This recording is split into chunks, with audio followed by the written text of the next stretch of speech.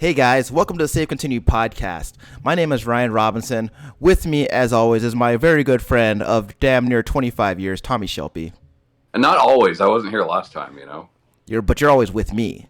Yeah, it's good to be back. Yeah, you're not always on this show. Yeah. You're always with me. Sure. You know what I mean? No, I got you.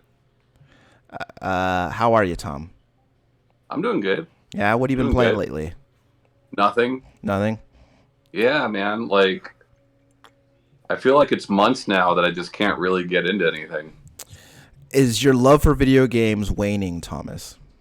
No, I mean, I go through periods like this, you know. Like, I'm sure. Yeah. When something comes out, you know. Nothing interests me right this minute. Is there anything on the imminent horizon that is coming out that you were interested in? Everything I'm interested in, like, it's like, who knows when. Yeah. You know? Yeah. Bayonetta 3, they've been talking about that bitch forever. Who knows when that's happening, right? Yeah. That Nina game that got announced, like, there's press demos for it already. Which one is that? It's the one that Yacht Club is doing, the Shovel Knight guys, with a little mouse. It looks kind of like a Zelda game. Okay.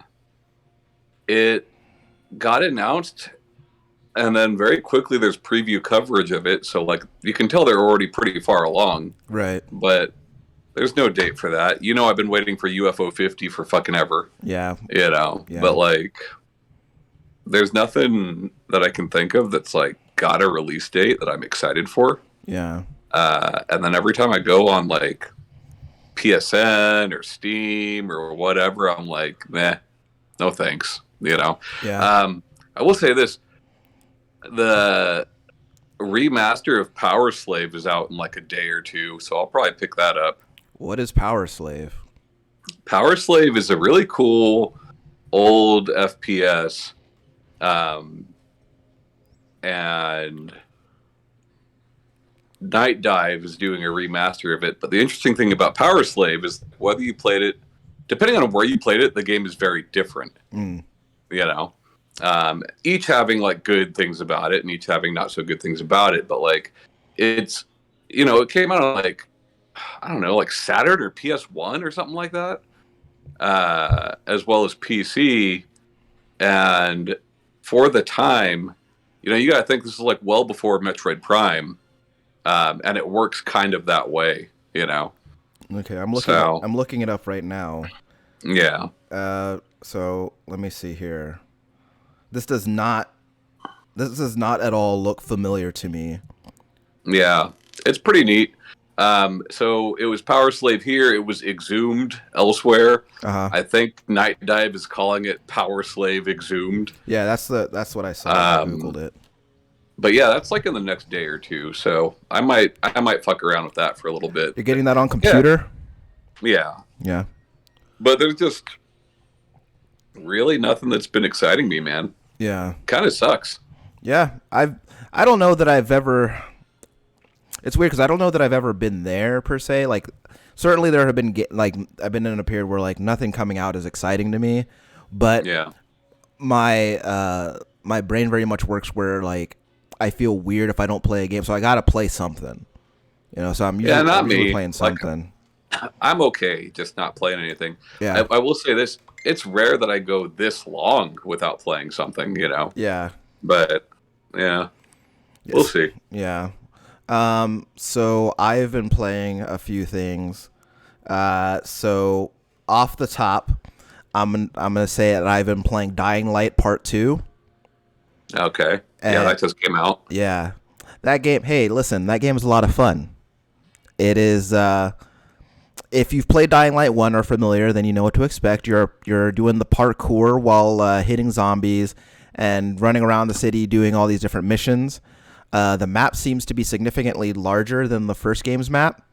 And also there's a more of a loot dynamic this time around. Like the loot in the first game was centered around the weapons that you can pick up, and they had like, you know, the color-coded rarity system and all that. So that is still there, but along with that, now you also have a piece of equipment that you wear. You got your shirt, you got your pants, you got your shoes, you got your gloves, and you got something for your head and or face.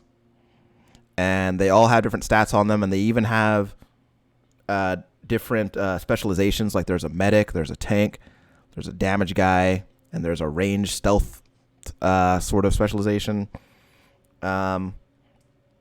But the game is a lot of fun. They've overhauled like different mechanics. Like nighttime works differently now because just like in the first game, you get infected by the zombie virus almost immediately. Okay. And so now that you have this virus in you, you have to keep it under control. And you have this thing on your wrist called a biomarker, which they don't explain it to me how, but that somehow keeps the virus in your bloodstream in check. And in order to keep the virus from getting worse, you always have to be exposed to UV light in some capacity. So either be outside during the daytime, or if you're in the dark, you gotta have a UV lamp and shine it on your parts. Weird. So you don't get more sick. Okay?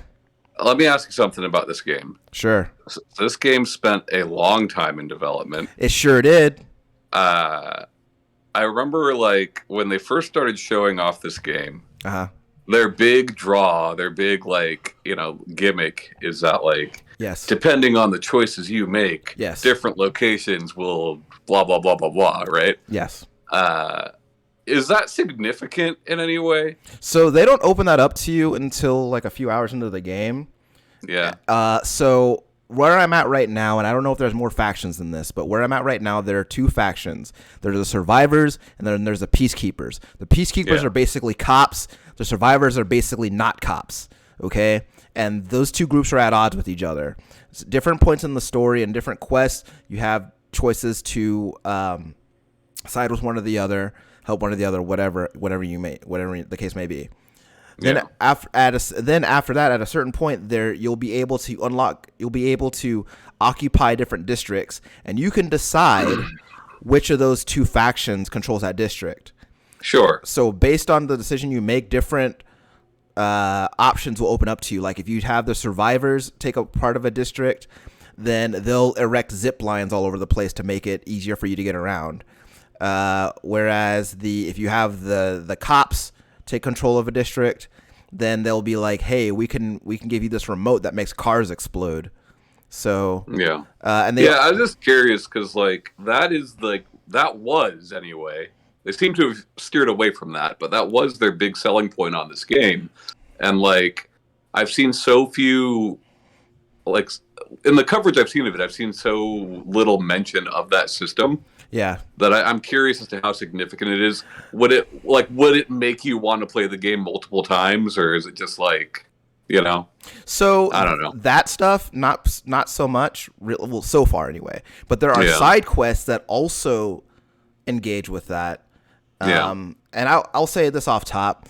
Most of the time, when a system like that is touted as a selling point for a game, it's usually feels insubstantial to me. Sure. And I'm not necessarily sure that's the case. That's not the case here, but different side quests. The side quests that I have done, a lot of them do have a choice mechanic for you to engage with. I can't say how significantly the choices impact one way or another because I only choose the one choice, and it auto saves, and there's not like I can't reload back and try it again. So so I'm not sure. But I wouldn't be surprised if it didn't matter at all because it hardly ever does. So, I mean, here's the thing with a mechanic like that, right? Like you have to make any of your options viable. Yes, exactly. Exactly. I get that, but like, is it a truly different experience picking two different options? If there is only two, I don't know. Yeah. They usually give you a binary choice. And I can tell you that with the way that the missions play out, by the conclusion, I feel like afterward, regardless of what I chose, the core experience is basically going to be the same. Yeah. And that's that. I kind of also wish that because I think that a big thing with giving you choices in video games between A and B, I feel like there is always a gradient between two extremes that is never considered, and that can usually make those choices feel artificial. Yeah, no, you're totally right. And like there's so many games that have this sort of thing in them Yeah.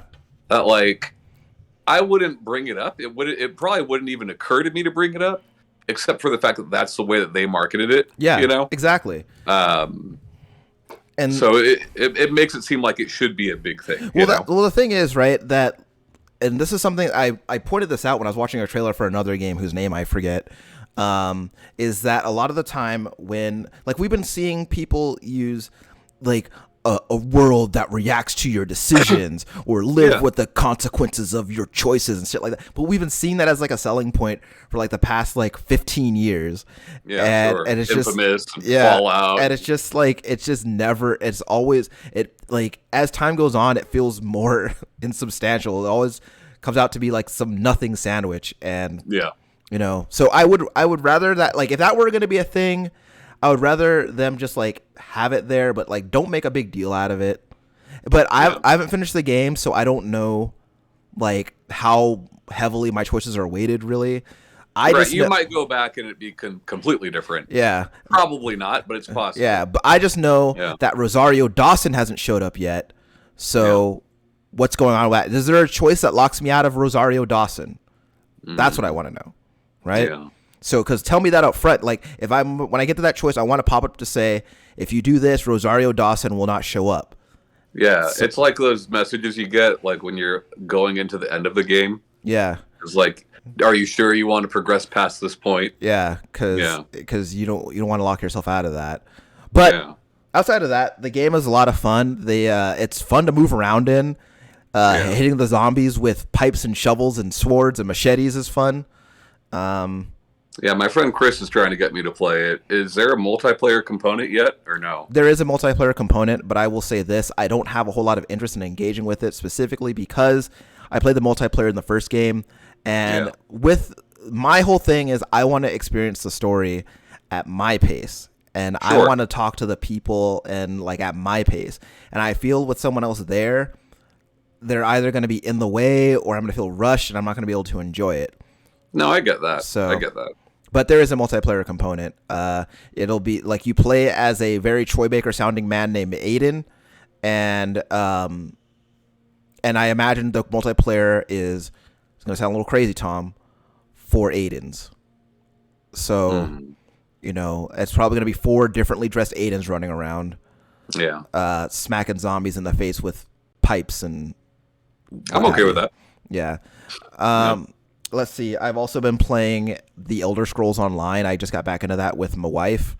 We're having fun with that. It's funny, though. Elder Scrolls Online is different from other MMOs I've played for one very specific reason, Tom. And that is general chat in that MMO is fucking wild. It is the only MMO that I've played where in the general chat, nobody is talking about the game at all. Yeah. And so I think like the other night I got on and they were arguing about shit, I can't remember what they were arguing about. It was some political thing that they were arguing about. And I said in chat, "Hey, you guys better chill or Phil Spencer's going to take this game away from us." And then someone was like, "Actually, Microsoft doesn't own ZeniMax." And then someone else was like, "Actually they do, blah blah," and then they just started arguing about that. And it is just so funny to me how easy it is to get people on the internet to argue about literally anything. But last night they were talking about masks and the virus and the efficacy of masks, and that's all they were talking about. Yeah. And I was like, man, this chat is fucking wild. But and you wonder why I don't want to play any video games. Yeah. Well, like it's funny is that like it is the whole of the say it was just like that whole like I've played Elder Scrolls, World of Warcraft, Final Fantasy. I think those are the 4 MMOs that stick out in my mind, right? Yeah. And all of those, the Elder Scrolls Online is the most politically polarized MMO I've ever played. Well, it appeals to both groups, Sure, it is a very bipartisan game.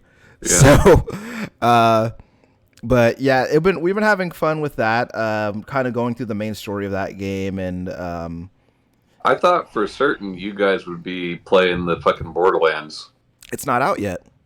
Isn't it? I thought it was. So they put out that Borderlands 2 DLC that came out back in 2012 as its standalone game, and we just played that like a few months ago, as part of the Handsome Collection. Right. So I thought the new thing was out. Yeah, the new one's not out until next month. Okay. So not that I'm like really closely keeping track of it, but I could swear I saw it and I was like, oh, I bet Ryan and Kaylee are playing that. Oh no, trust me. Yeah. Counting the days, Thomas. I'm very excited for that game. I'm excited for you. Sure. And you know what, Tom? Yeah. That actually means a lot to me because it's better for you to be excited for me than, making fun of me, Yeah. Sure. And lastly, the game I've been playing was trying to, I guess it doesn't matter if I can't remember the name, but, it's really just most of my time is, Deep Rock Galactic. I played that with our friends Eric and Jimmy the other night. Yeah. I introduced them to that game and they had a blast. So I'm glad that I have more people to play that game with because it's fun. Yeah. But you know what? It's just the thing about it is that I have these, I look at my collection, Thomas. I have all these games that I want to play with people, play with my friends. And so many of my friends just don't like the games that I like. Yeah. And I'm just like, and that's why I got to the point where I just buy single player games for the most part now. Because Discord, buddy. No, I can't, Tom. I cannot do it. I can't. Really? I cannot do it. And I do not I think the main thing for me is I feel like I have a very finite amount of energy, that I can dedicate towards social interaction. Right. It's so funny because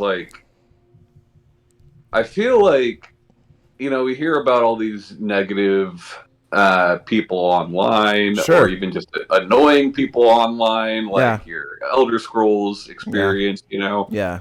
And I feel like, not always, but the majority of the time that I have an interest that my friends do not share. Yeah. And I seek out an online community, whether that be on Instagram or Discord or what have you. Right. I typically have a very positive experience, Yeah, and honestly, I think that the chances are higher that I will find nice people to talk to about the game and nice people to play the game with. Yeah. But for some reason there's that odd chance that won't be the case. Yeah. And just the very idea of that is just terrifying. Not terrifying, but it exhausts me to think about it. Sure. But Discord is a good way to kind of gauge whether or not you want to interact with that community or not. For example, speaking of Discord, I'm sorry to cut you off. Sure. Speaking of Discord, we've been talking for probably over a year now. Yeah. About this PlayStation Discord integration. Sure. Right? They did it. So now we're here. They've got this thing. Hold on. So now they've got this thing so you can link your PlayStation to your Discord account so that the games you are playing appear on your Discord account. Yes. Is there yet Discord on the console? No. No. See, so that's where is that it? Is that all we're doing? So it's not. I don't give a shit if my Discord can see what I'm playing. No, so someone in our Discord posted that. Yeah. I'm glad that they like it, but sure. I don't care if people can see what I'm playing. You know? And I guess and see, here's the thing too, right? Is that for the most part, when it comes to Discord, I'm in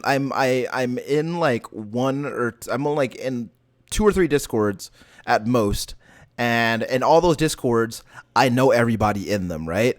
So, if I want them to know what I'm playing, I could simply just say, "Hey guys, guess what I'm playing," and that'll be a conversation. And so, from what I understand, there's supposed to be some further integration over the next year or so. I want to be able to just chat with my Discord. Well, see, that's the thing. That's the thing, right? Is that you want to be able to just chat with your Discord from your console because like why not, right? Or like give me the voice chat so I can chat with my friends that way too, right? But like that's what I mean. The voice chat. Yeah, but so far like they or the video chat, like why not? Yeah, but so far they succeeded in making Discord Xbox Live aware, as it were. So now we can. You know how much easier this would be because we do this over Discord. Yeah. These days, and like, dude, if I could just chill on my couch and do this, yeah, it'd be great. Yeah, and so I don't know. I just feel like here's my thing, right? Is that like, okay, so if being able to tell my friends what video games I'm playing whilst logged into Discord is like where we're at right now, then I feel like maybe like I don't know, hold off until there's something else as well. Yeah, you know, like I don't like that. It wasn't like, and that was what's funny is that like I've seen a few places of people making a big deal about it, and I'm just like, that's cool, I guess, but like, yeah, people like it. That's fine. You know, I have nothing against it. But like, if that is the Discord integration we've been hearing about, if that's it, that's kind of disappointing. Yeah, I mean, it would be really disappointing, especially considering how long ago it was that we heard about it. Yeah, it took you guys this long. Yeah, to put a title in my fucking, I don't know. Yeah, and like, because I feel like I care about that about as much, is because before, like, you were already able to see when people were in Spotify and like what they were listening to on Spotify, and you know, or if they're playing games on their PC or whatever. Yeah, so like, but I guess it's just not something that like I ever pay attention to, because like I don't even check my friends list on the actual console to see what my friends are playing. Because and when I'm on Discord, I'm more likely to look at my friends list and see who's playing what, right? Yeah. But like, I mean, look, most of the people, not most, but a significant amount of the people that are playing on Steam, you don't even see what they're playing. You just see Borderless Gaming. Yeah,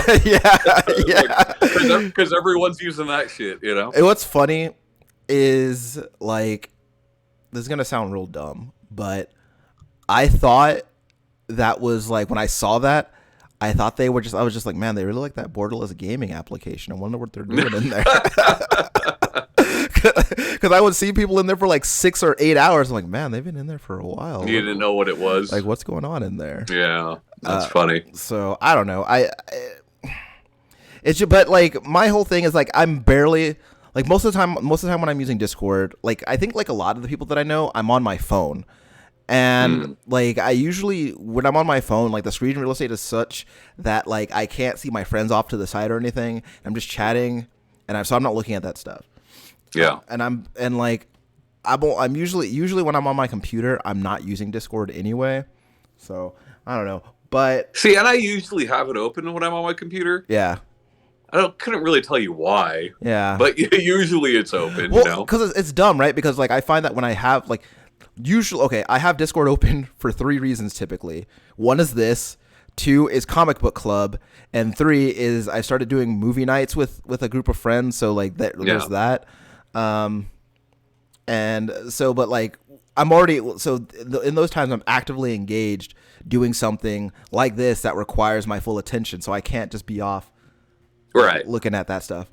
But, you know, I think that the big thing is that like, everybody's been moving toward for like forever is trying to make video games as social as possible, and which is fine. Like it's cool that we have all these ways to engage with people to like in the video game ecosystem or whatever.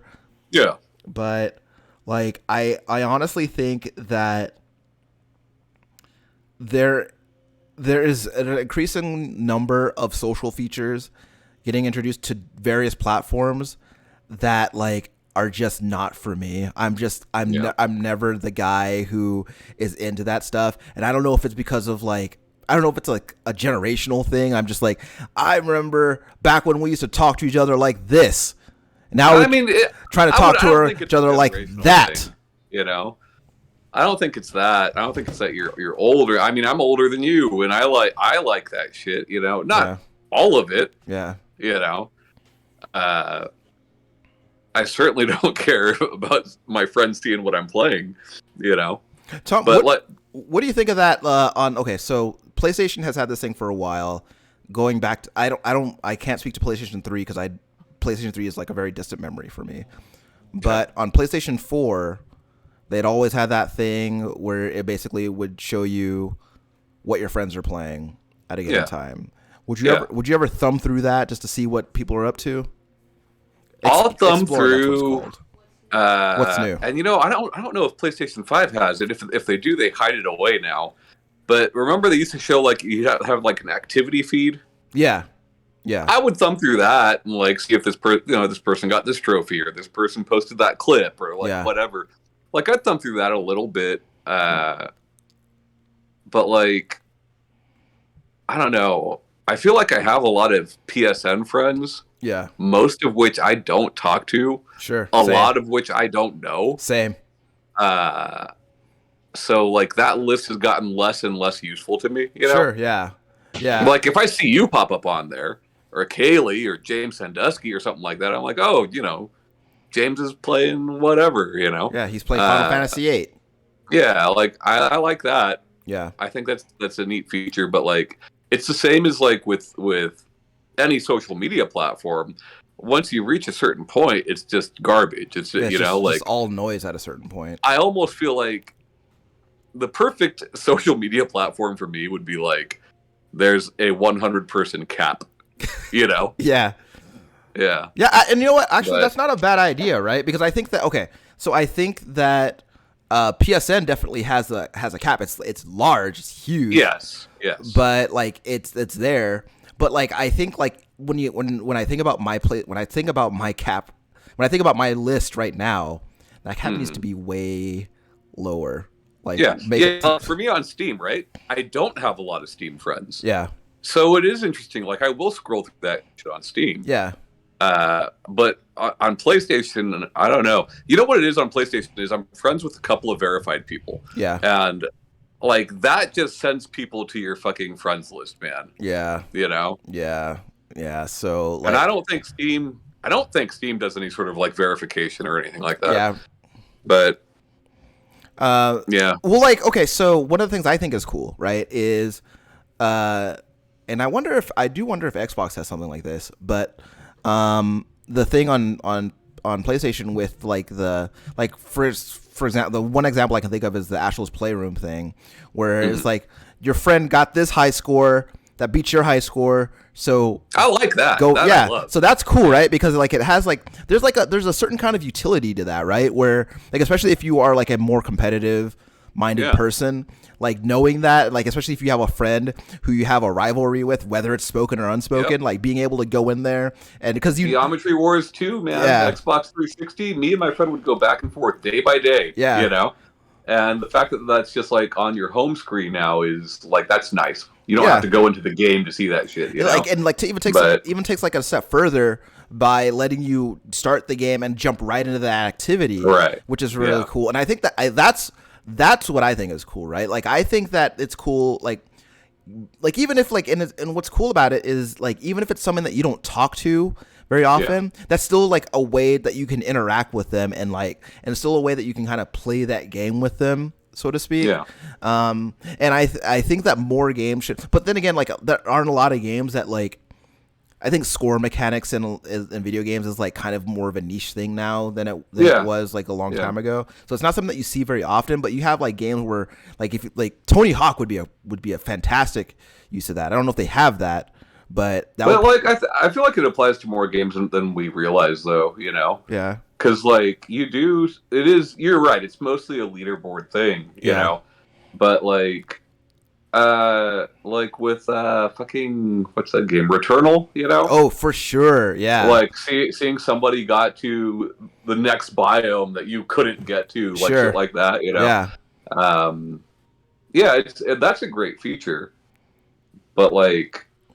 Fuck, man, is that what I got this PlayStation 5 for? Yeah, I guess that's a whole other conversation, right? Because like now we're talking about like, and I think there's a conversation that we had before back when you first got your PlayStation 5, and kind of a conversation that carried over after I got one, which is basically like finding different ways that the PlayStation 5 has kind of made PlayStation 4 games better, and also in different ways, like different changes to the platform that kind of justify that purchase in a different way, because we weren't really able to talk about the content or the exclusive content that the console offered, because there's a little bit more now, but like there was even less then. Yeah. And so having the conversations about like, well, is that what I got the console for? And like, on one hand, like, no, like obviously, right? Because like if someone was trying to sell you a PlayStation 5 or any console, really, it's like, hey, listen, you buy this console, one really cool thing that you can do is you can track your friends' scores. Like, I mean, that's cool and everything, but like that's not really a good reason to buy a $500 box. My favorite thing is like with the chip shortage. I'm sure you read that Sony is manufacturing more PlayStation 4 Pros this year. And like now, if you follow any of their social media accounts, I just like saw on Twitter they're showing the new Horizon game. Sure. Yeah. And the footage they're showing is like, hey, here's Horizon on PlayStation 4 Pro. Yeah, because you got to do it, man. You have to. Yeah. You have to. Yeah. And like, and then like even you take it a step further, right? Is like you look at. Because like I am very hip to the social media, so I see these things, but and I'm sure this is everywhere. But like one of the things, the conversation surrounding Horizon Forbidden West right now is how good it reportedly looks and performs on PlayStation 4 Pro, which on one hand is great because not a lot of people like.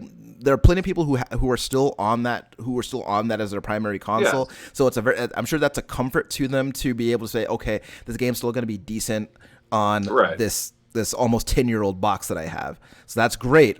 But on the same time, that's like, that's also very like it's very telling. And I don't know if it's telling in a way that Sony anticipated, which is like, this like no, they didn't anticipate it. Yeah, because they just lowered their PS5 projections because of by like a million units or something like that. And so like it's just like, well, I mean, look how good it is on our older system, like don't worry about that you can't find the other one right now, okay?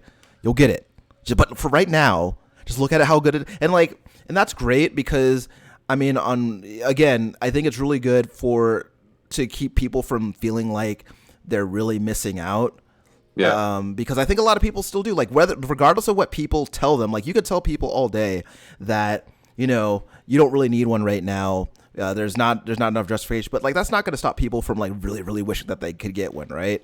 And so like cases like this where they're able to say, okay, I'm still able to enjoy new games on this hardware is probably helping them out. But yeah.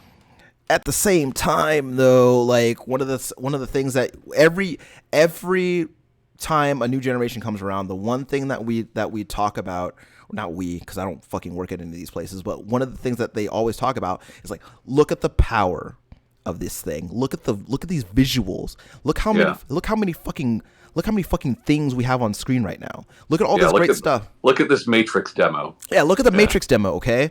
And then like to do all that. And then be like, hey, we got Radiohead. Yeah, they did. Yeah. And so to do all that and then still be like, hey, by the way, do you want to buy the older one though? Like it seems weird. And like, granted, I know that when they debuted these things, they didn't think that the pandemic and these supply chain shortages were going to hit them the way that they did. So I get that. But even still, it's just a very weird thing to see. But yeah, I mean, this current generation is definitely going to be hugely affected by the chip shortage, you know. But there's not really any way around it, you know. I'm interested, like, what it looks like in 5 years, like because like we've had consoles that have been hard to find in the past, Sure. Wii, right? Like Wii was a huge fucking thing. Oh my god, yeah. But like now it's like they really can't help it. Yeah. Like I do wonder how long it will be before you can walk into any Walmart and see a PlayStation 5 sitting there for sale, Yeah, it's just and it's weird. I think it's so, because I was thinking about this the other day that like we're in the third calendar year of this bullshit, and yeah, technically, yeah. And it's just like it's interesting how that the last the last few years have kind of changed my thinking about like interacting with the world outside of my apartment. And the idea of walking into a Walmart for any reason right now is like terrifying to me. But like even getting to the point where we're able to walk in and buy these machines, it seems like such a far away dream to me, because it's just like it just hasn't been like since these things came out, it just hasn't been. Pandemic aside, right? Like I'm not even talking about that. Just with the shortage of these components, like by year 3, are people going to be able to just go buy one or not? I can't confidently say yes, because like it just seems like because what has already been normalized in my mind is the scarcity of this hardware, right? Like that's what like even like going back further than this, like the scarcity of GPUs, like that had been normalized to me, right? And so but now it's even worse, right? Like Nvidia's showing all their new crazy cards that like 2 people are going to buy. Yeah, you know? Like these, like their new fucking crazy $4,000 cards, and like you know, so like the idea of like having somebody like being like, hey, I'm gonna pop out and go to the video game store to buy this PlayStation 5 or this new Xbox Series X. Like I can't see anybody saying that in the near future. And you know, it sucks because like it's not like Microsoft and Sony and are just like competing with each other. They're competing with literally everybody else who needs components, right? So like a friend of mine, his wife I didn't know people did this, but his wife pre-ordered a truck like last year or something like that. Yeah. And she just got the email last week that the truck is being assembled, I guess. Do they do midnight releases for vehicles? You know, you gotta think they do, right? Because like you have your Toyota-thons, right? And there's no way that that's just a daytime thing. Like with Toyota-thon or Honda Days, like that's got to be a nighttime thing. You probably got a DJ showing up, you know, you're waiting in line. Booth babes. People have their lawn chairs. Yeah, booth babes at Jim Cavender's, dude. So sure.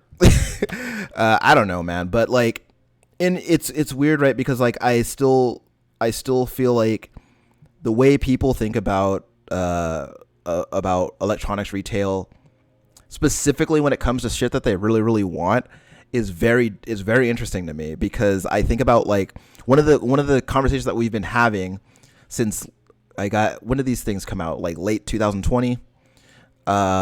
One of the conversations that you constantly see is a conversation about scalpers or resellers or whatever you want to call them, and like it's weird because like I'm always and this is just me being, I guess this is me being kind of petty, but I'm just like, well, like you guys don't care that people scalping sneakers and scalping movie tickets and scalping concert tickets, you know, and and to a further degree, you don't care that pharmaceutical companies are scalping fucking insulin. So like it's interesting, like when it comes down to this thing that people are like, fucking scalpers need to fucking die. Like I've seen that shit. Like scalpers need to be fucking shot, which is like, dude, it's not that serious. See, and with all that, I think it like really just depends on where you're looking, because, you know, we follow a lot of video game bullshit. Yeah.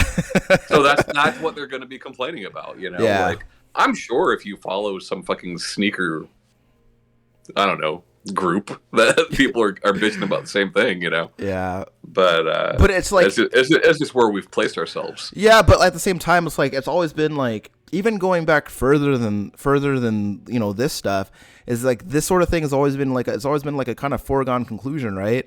Where like a new thing comes out and somebody's gonna fucking cop it and resell it. That's just how it goes. Like you think like how many fucking Wiis do you think were floating around in 2006, 2007 getting sold like for like a 200% markup, you know? So like, but I think one of the things that like has kind of really exacerbated it is that like a lot of people are still very much at home all day, and they really want to be able to, like, one of the things that they want to do while being stuck at home is like play these consoles. But you know what is great though is I think that I think that one of the things that I've seen pop up is groups of people who are kind of dedicating themselves to helping other people procure these things if they want them, whereas like helping them watch like queues or Twitter feeds or whatnot, like people coming together and helping other people reposting Wario 64 because he's the only guy that knows what's happening. Yeah, and so like people helping each other out that way has been really cool because that's not something that I've ever seen before. So like the idea of people coming together to help each other out is a very cool thing. And I think that it's important to remember that, especially when you're someone like me who has a propensity to kind of fixate on like the toxic kind of aspects of different things. But that being said, like I know I said this before, but like take Ollie World for example. I installed the PS4 version of that game because like I didn't see the reason to install the PS5 version. Like why, right? And faster load times. Sure, I guess probably, but like I don't think that they'll be substantial to the point where I need the PS5 version. You know. Well, it's funny. What is that? The Tourist. You know the game The Tourist? I think so. Little blocky looking game. Yeah. I was about to say the developer, but I think I'm wrong. Anyways, it's this very simple art style. It's a good looking art style, but it's a very simple art style. Right. And it is the first, and I believe still the only 8K video game. Mm. Like native 8K. Right. You know? Right. And like for what? For that game, you know? Like I don't know. Dude, it's like when people like when they bring out the digitally remastered version of fucking Snow White. I'm like, bro, that movie's 100 years old already. Like it's not gonna look much better than it already looks. You know? But you know, and I think that people it's just a thing with people just want to have the latest version or the best version of whatever. And but like I don't need to see the 8K version of any blocks. I mean but that's me. I'm sure there's somebody out there who is like, finally, a game that appeals to my fucking sensibilities is I've been looking for 8K content forever, and now the Tourist is gonna fucking give it to me. Yeah, that's what I need. You know, but you know, it's just I think that one of the things that like again but that's the thing too is that people focus on a lot with like new hardware or whatever is like how good does this thing fucking look, which is like it's valid. That's a valid thing because I like looking at good looking video games too. But it matters to me. Yeah. Even though most of what I play is retro, it still matters to me. I think on some level it matters to everybody. And even like the people who want to say that it doesn't matter to them, I think it matters on some point to everybody. Like even if we're talking like we could be talking about a fidelity thing, or we could be talking about like an art style thing. But like on some level, how a game looks matters to everybody, I think. But like I think that my main concern is like what frame rate can this game hit? Because like that's what I care about, right? Because like I like playing at the high frames, right? So and I think that that's more of like a definitely more of like a gameplay sort of thing, because that's what that primarily affects. But I don't know. I want mainly is just to be able to, you know, I just want to be able to play the video games and like I want to be able to play the video games with other people and like enjoy them in whatever in whatever form that I can, which is why I'm so thankful for like cross-generation functionality with a lot of these games. Like for example, like, you know, playing Deep Rock Galactic with our friends Eric and Jimmy the other night, like with two of us on PS5 and the other one on PS4. I'm glad that we're still able to do that. Sure. And like, you know, with Back for Blood and all these games, that's important to me. You know, and because I especially with like all this with all the consolidation going on in video games over the last few years, like one of the main things for me is like I worry about like what is the capacity that I'll have to continue playing these games with my friends, because at a certain point our platform of choice has got to converge at some point, right? And so when these things, like when that happens, like there's going to be a point where like, well, I guess I can't play with you on that thing because you know, that's happening. So I get a little sad about that. But I mean, that's business, that's showbiz, baby. So I mean, what are you gonna do? But I read today that because like okay, as you know, everybody was like up in arms. Like I don't want to say up in arms. That's probably not the right term.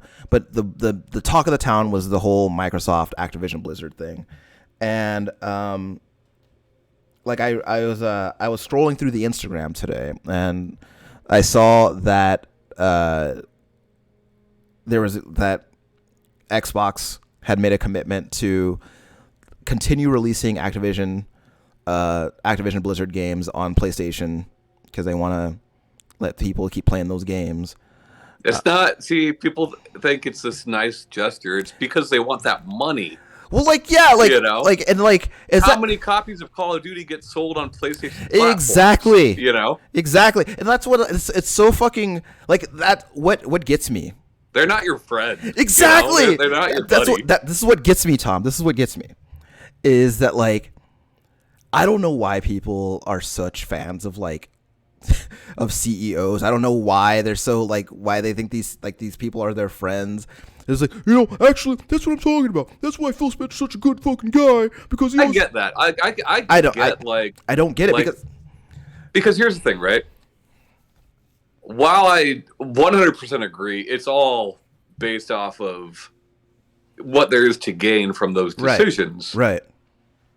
If a CEO comes in and is making decisions that benefit me more than the last guy did, right? If Doug Bowser comes into Nintendo and he's making all these fucking decisions that fucking Reggie Fils-Aimé wasn't doing, wasn't a man enough to do, right? That benefit me in a positive way, or benefit just the community at large in a positive way, right? Then yeah, I'll be, I will enjoy that man. Well, yeah, but that's like that's where it begins and ends for me, right? Like, yeah, because like because I think that any relationship between me and any manufacturer is a strictly business relationship, right? I give you the money, you give me the thing, right, and that's it. But like, I think that the weird thing, and I guess it doesn't hurt me for people to have this idea in their head, but like. It's very odd to me that the general consensus is like, this guy is my friend, he cares about me, and that's why he's letting me play the Call of Duty, man, because he cares. But it is funny though, right? Like, because in a way, like, it is what you're saying, right? But in a way, like, you can almost look at them as curators of the art, or whatever you want to call it. It's no different than enjoying most of what Def Jam puts out, or most of what A24 puts out, or most of what Annapurna puts out, or like it really is no different. They're doing the same things. They're doing a lot of other things too. Sure. But like Annapurna might put out all these beautiful artsy fucking games and shit, but like they don't give a shit about me. Exactly. Like, cause why would they? But I can still be a fan of that production company. Well, sure. I think that there's like, and I'm not saying that you can't be a fan of like of a brand or whatever. I think what I'm talking about is like when people like kind of make a brand a part of their identity. Sure. In a way that's just like they wrap themselves up so much in these brands that they're loyal to them in a way that is like. I'm not gonna make a judgment call and say that it's unhealthy. It appears unhealthy to me, but I think that like one of the things that I always keep in perspective, even if I like somebody's work and I'm a fan of theirs, like, and like what they do and like the products that they put out, like that's all well and good, but I'm not gonna make any assumptions about like them doing it to like because they're my friend or they care about pleasing me personally. Right. I'm just a customer. And, when making assumptions about like, well, they're going to keep letting us play Call of Duty on PlayStation because they care about us as players. Like, no, dude, they don't. Like, if you weren't paying for the game, they wouldn't care. Right. Yeah. So, I think it's nice for people. Like, I haven't played Call of Duty since Ghost. So like, personally, I don't care about that.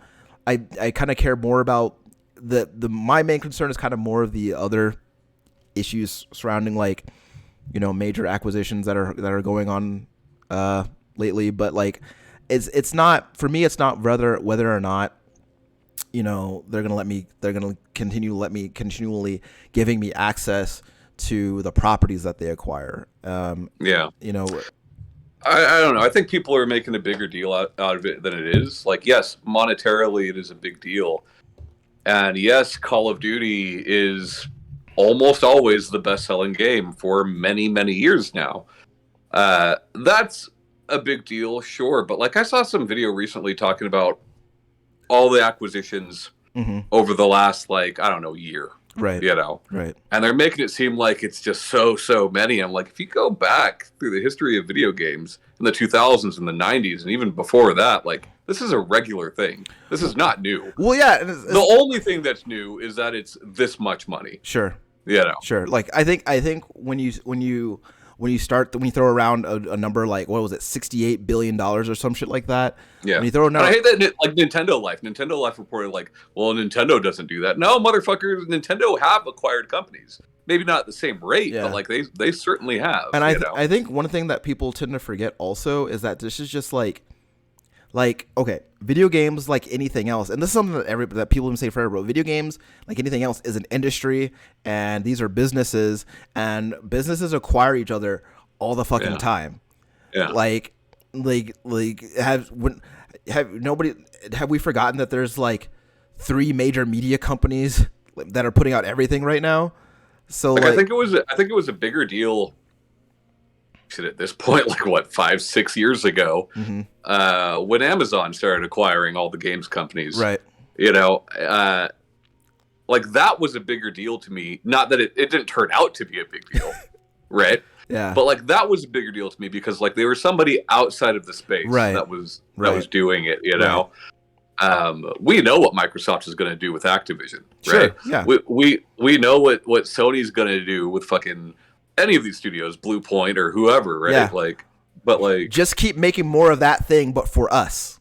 Right, but at the time, we had really little idea of what Amazon was going to do with these studios. We knew that they were going to try their whole Luna bullshit and all that, but like, that's all we really knew. It's like when GameStop decided they were going to publish games through Game Trust, that shit is more interesting to me. Even though they have a stake in the games industry, the idea of a retailer also being a publisher is right. Like, it's uncommon. Like I said, is it not a big deal? No, like it is a big deal. It's a lot of money. Yeah. But like, I don't think it's going to change things that much. Yeah. Well, we'll see. I don't know. Like, and I'm not going to sit here and pretend to be the most savvy person in the world, right? But I do think that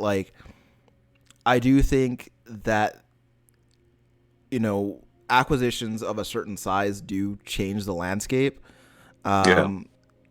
Seeing the extent to which it does change the landscape, or in what ways, we'll have to just, that's just something that'll happen over the next few years, I guess. But I think what, like, more interesting than like the exclusivity of these things or the financials of these things is like, will this clean up Activision Blizzard at all? Like, will this help that? That's more interesting. It's funny because like, you go back to before like all this has like, before like the whole acquisition became public and everything, and you look at like shit that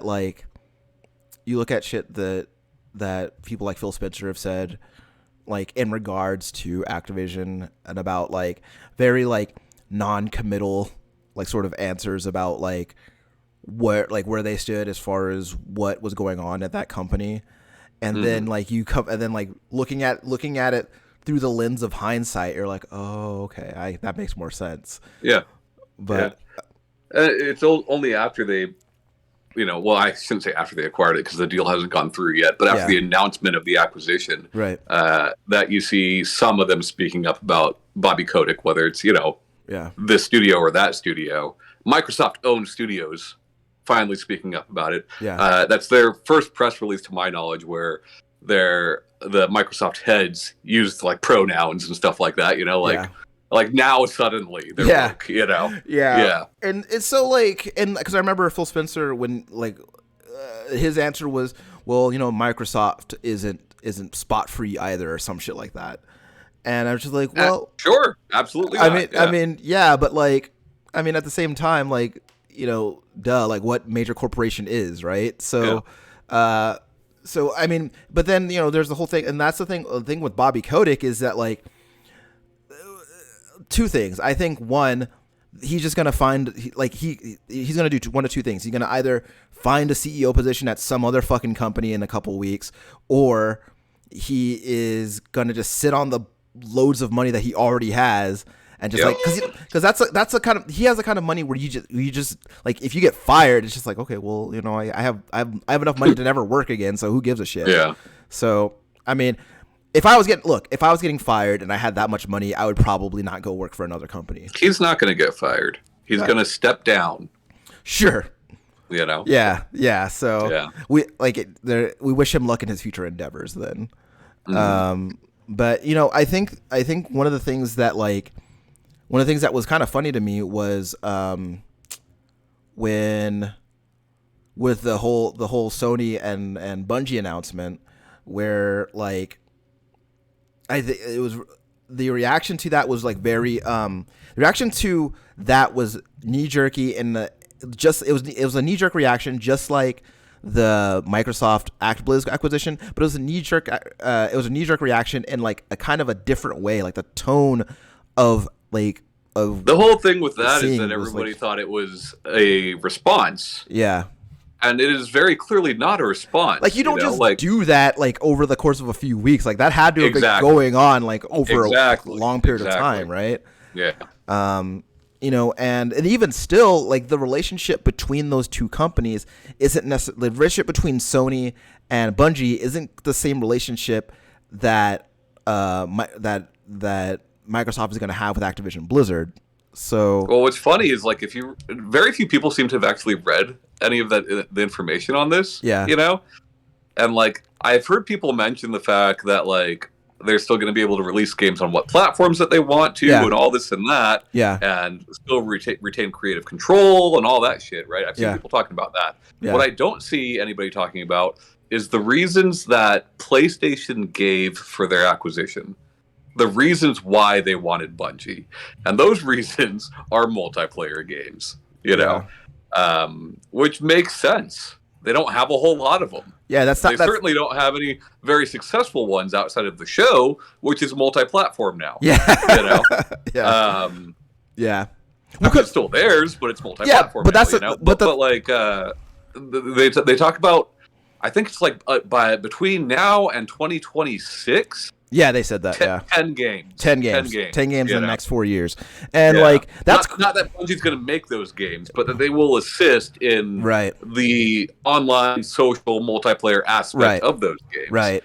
That's why they wanted Bungie, apparently. Yeah. Well, because the thing is that like if you look at the major releases from that on the PlayStation platform over the last while, is that a lot of it is like the kind of prestige single player experience that they kind of built their brand on, right? And so they don't really have a whole lot going on with the multiplayer. Well, you see them try though. For like the past many years, we've seen them try. Yeah. Right. Whether that's Drawn to Death or Destruction All Stars or what was the fucking car one? I don't remember. Destruction All Stars. No, there's a different one. The one that came before that. Oh. Twisted Metal. No, but the point is, like, we've seen them try. Yeah, right, and fail. Yes, yeah. So we'll see, but like that's where they're lacking. So it makes sense that they would want to put resources into that. Yeah, but I don't know. At the same time, they were also the ones in 2017. That were all, single players not dead. Like that was their whole fucking campaign for a while, Yeah. And like, I feel like, and it's weird because like that is something that the way that they advertise single player shit too is like, cause they put out that remaster of Uncharted 4 and whatever the other thing is called. What is that other thing called? Lost Legacy. Lost Legacy. They put out a reaction to that, and they were like 2 brand new single player adventures. I was like, well, I assumed as such. Well, So it's because the Uncharted multiplayer, while good, sure. no one really played it for very long. Well, yeah. Well, but like that's the thing too, right? Is because like I think that with Uncharted, like especially games like Uncharted, they always sell those games on the promise of the single player experience. And then like and so when people come to Uncharted, that's why I went to that's why I played Uncharted 4. Same. Was for the single player experience. And then like the idea of it having multiplayer like never even entered my mind until like I actually sat down and played the game, and I was like, "Oh, this game has multiplayer in it." But like I didn't buy it based on how good the multiplayer might be because I had no fucking idea. Yeah. See, that's the funny thing, right? Like with The Last of Us, everybody talks about how much they love that multiplayer and how good it was, and they bitch about how the second game didn't ship with multiplayer, and now supposedly Naughty Dog's working on like that some sort of multiplayer game for that shit. Yeah. But like people complain about it. Do you think for a second, like Sony has the numbers? You think for a second that like if they saw The Last of Us 1's multiplayer was through the roof, that they would have shipped the second game without it? You know what I mean? Yeah. Yeah. Like, I don't know. I just like this is all like, okay, so I think that when people complain about stuff like that, they don't often take into account like that these things, and this is not by any means like me playing devil's advocate or anything. This is just a reality of it, which is that developing any component of a video game requires time, money, and manpower, right? And so like so with that in mind, you have to choose where you're going to put your focus. And if the multiplayer of yes, I understand that you like the multiplayer of the Uncharted of The Last of Us 1. I'm glad that you had a great time, but not enough people did. Yeah, right. So how many of you were there? Yeah. Right? Like how many of you were playing that mode? Because if not, according to fucking Naughty Dog comments, like everybody loved it. Everybody played it. Yeah, I played it. I played it all of one time, and I was like, "That is like." And look, I thought it was surprisingly good, but that was good. But like again, that's not in the same way that's not why I went to Uncharted. That wasn't the reason I went to The Last of Us. Because like I see the trailers, I'm like, that looks like a very gripping and emotional story. I'd like to experience that, please. Right? When I bought the game, I wasn't like, man, I can't wait to hop online and shoot these other guys, because like that's not why I went to. And again, that is how Naughty Dog has been selling their games forever. But it's funny, like we see it happen over and over again. Yeah. Like it's the same thing happened with BioShock 2 to 3. Yeah. People are like, "Oh, well, why doesn't Infinite have multiplayer?" Look, man, nobody fucking played nobody it. Fucking. BioShock I will 2 look. Listen to me. I played BioShock multiplayer, BioShock 2 multiplayer within the first month, and I sat in that queue for a really long time. So you don't tell me that you guys miss it because you guys weren't playing it, and and if you were on some kind of weird LAN network or something. But like. That's the difference, right? Because I think that like you take Xbox, and like Xbox feels very like when you think of Xbox, you think it's very multiplayer centric, like kind of thing. Like you just think of multiplayer with that, right? But like and a big reason for that is these games are sold with that in mind. Like these games are sold like come to Halo for this multiplayer, come to Gears of War for this multiplayer, right? Yeah. Because that's always part of how they push those games. And it's not treated as an afterthought when they sell the games, but when you come to things like Uncharted or whatever, then you're just like you tell us like how great the story is and what like this awesome journey that we're going to go on for the next 20 to 30 hours, and then we get the game. So you think it's a marketing problem? I think it's part of it, right? Because I don't think that the quality of The Last of Us multiplayer was the problem.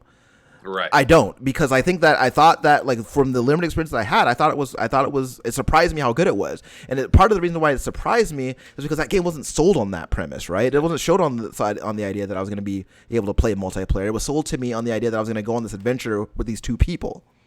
See, to me, it's always like, I don't think it is marketing, because like even their games that they pitch as multiplayer games, right? Yeah. Jaffe's game. Jaffe's game was like Drawn to Death was a very fun game. Sure. It was very fun. Sure. You know. And it was pitched as a multiplayer game because it's only a multiplayer game. You know? Right. And as a matter of fact, I think, didn't it launch free? Yes, it did. It launched as a PS Plus title. Yeah. So like the recipe was there. Sure. It followed the Rocket League recipe. But yeah. And well, so Rocket League. Everyone always forgets Rocket League is a sequel, and the first one flopped horribly. You know. Sure. But how could I forget? I never knew. But I think on one half is, I think one part of it is definitely marketing, but I also think that while when we're talking like quality of multiplayer versus the concept of your multiplayer, those are two separate things, right? Because you could have like a really good mechanically, technically sound multiplayer, but if if conceptually it's not very interesting, then that's another problem altogether.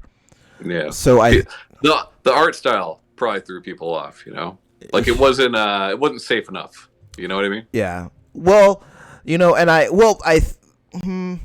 so wasn't like a lot of, okay, if we're talking about Drawn to Death specifically, wasn't a lot of it like, wasn't the whole thing like the premise of like this is a an adolescent boy's notebook?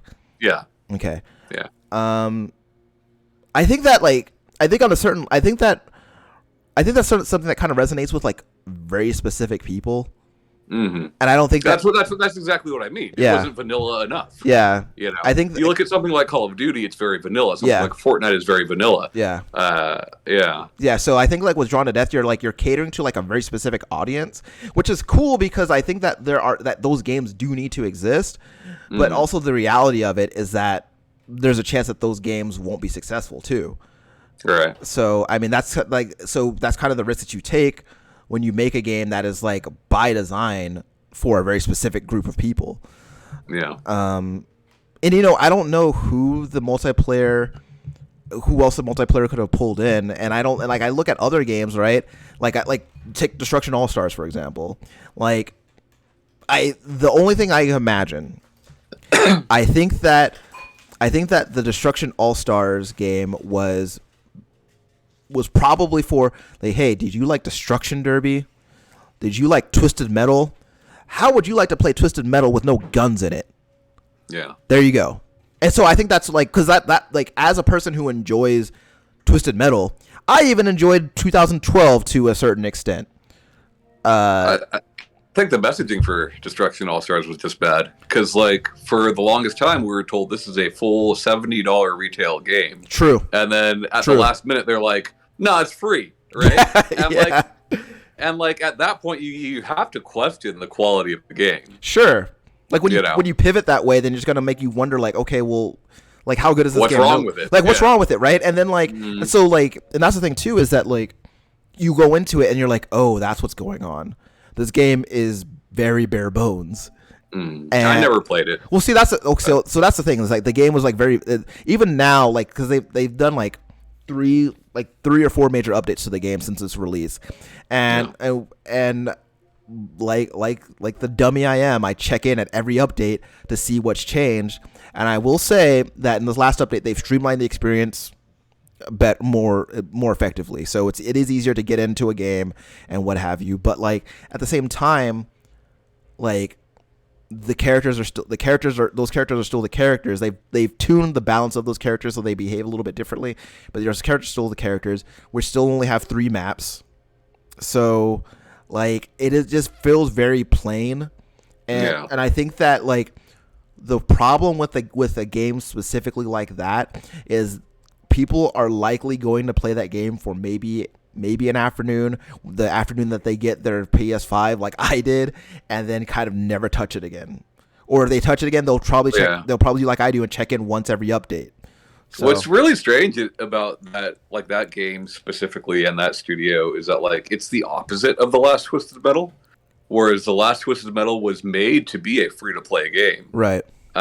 Then shifted to a downloadable game, right, like a $20-$30 downloadable game. Then shifted to a full-price retail game, right? You know, and also ultimately flopped. Yeah. And now, you know, this Destruction All-Star guys. I don't know who made that game. Yeah. That studio supposedly is working on the next Twisted Metal. That's what I've heard, and I can promise you that there will be two references in that game, Tom.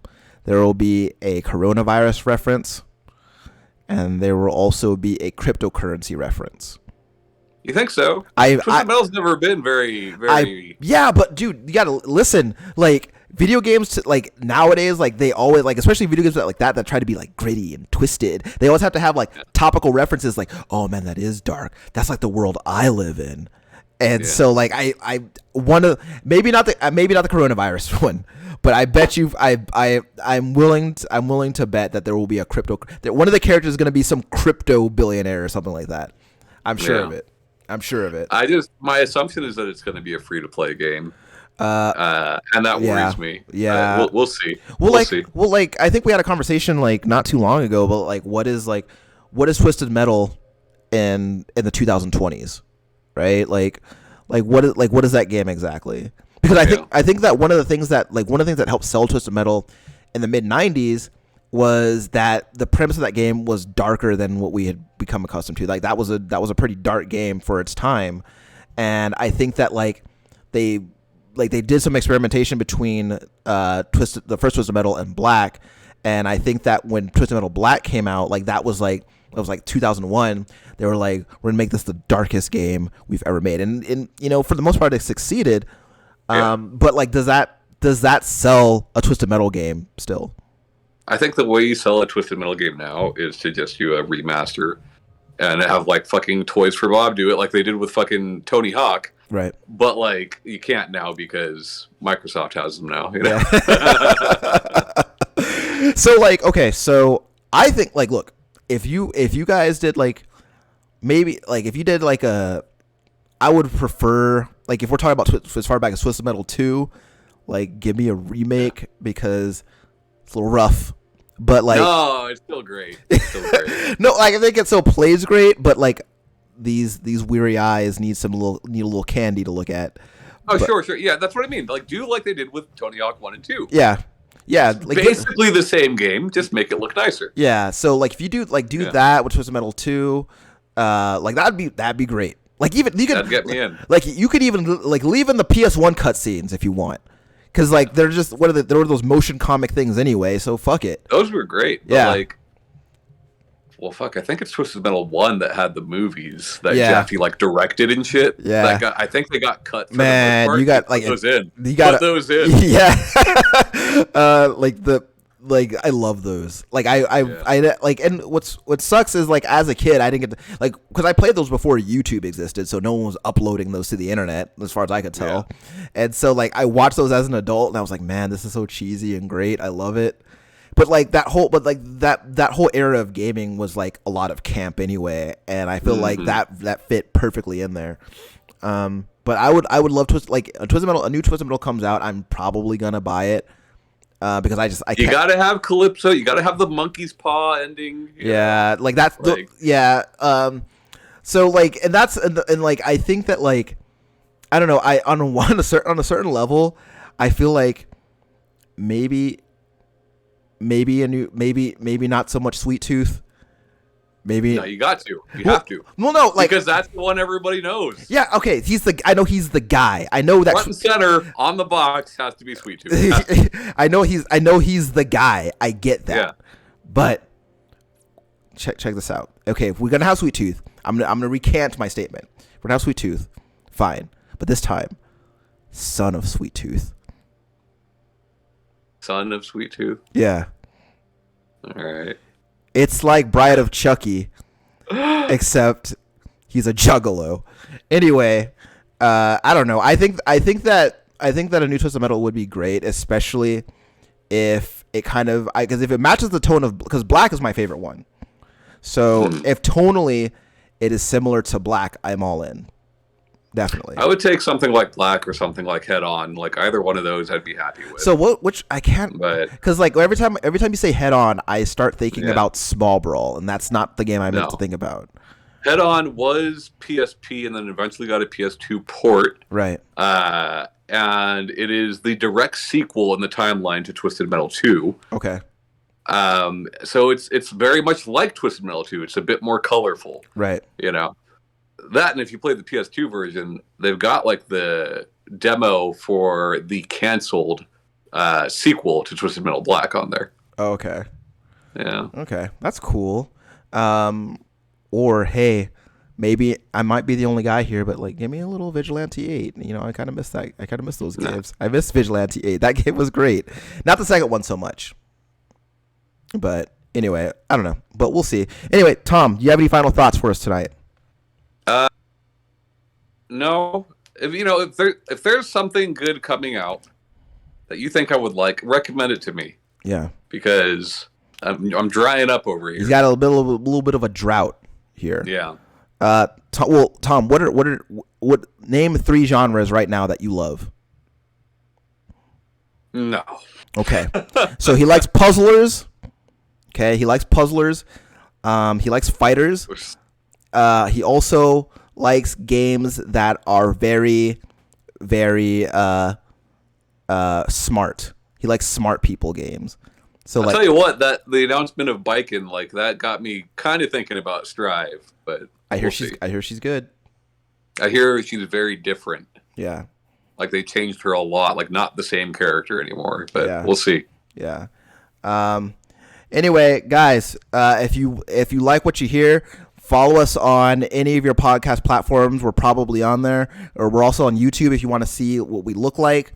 We're very handsome. Also, we have a Discord if you want to pop in. It's just us and our friends mostly. But anyway, my name is Ryan Robinson. That's Tom Shelby, and we will see you next time. Bye.